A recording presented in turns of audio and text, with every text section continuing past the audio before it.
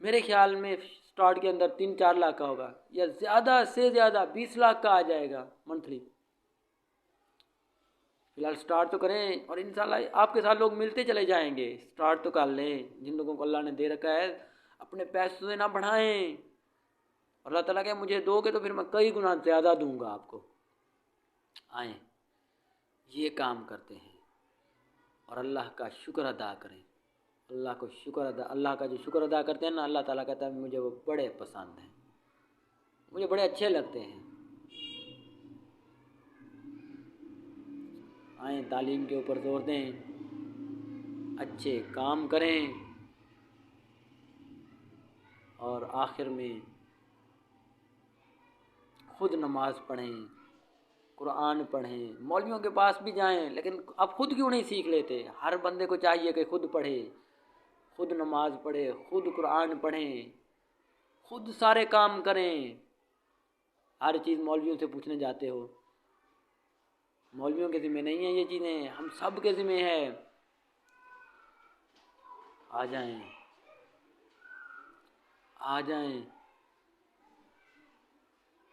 اور انشاءاللہ پاکستان ایک عظیم قوم بن جائے گی اگر یہ ہم سارے کام ٹھیک کر لیں، تعلیم کا نظام ٹھیک کر لیں، اور یہ تعلیم کے ذریعے اسکولز، کالجز، یونیورسٹیز کے ذریعے کہ انقلاب آ سکتا ہے۔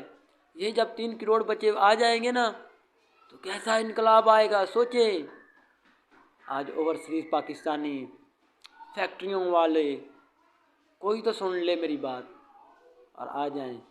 انشاءاللہ ایسا سسٹم بنا کے دکھائوں گا نا، خوش ہو جائیں گے سارے، اور مجھے یقین ہے کہ انشاءاللہ ایک وقت آئے گا اور یہ کام ہوگا۔ ابھی نیا کام ہے، کچھ غلطیاں کوتاہیاں ہوں تو معاف کر دیجئے گا، کوئی غلطی ہو اصلاح کر دیجئے گا، کہیں میں غلط کہہ دوں تو کمنٹس کر دیا کریں، میں انسان ہوں، غلطی ہو سکتی ہے۔ وما علینا الا البلاغ۔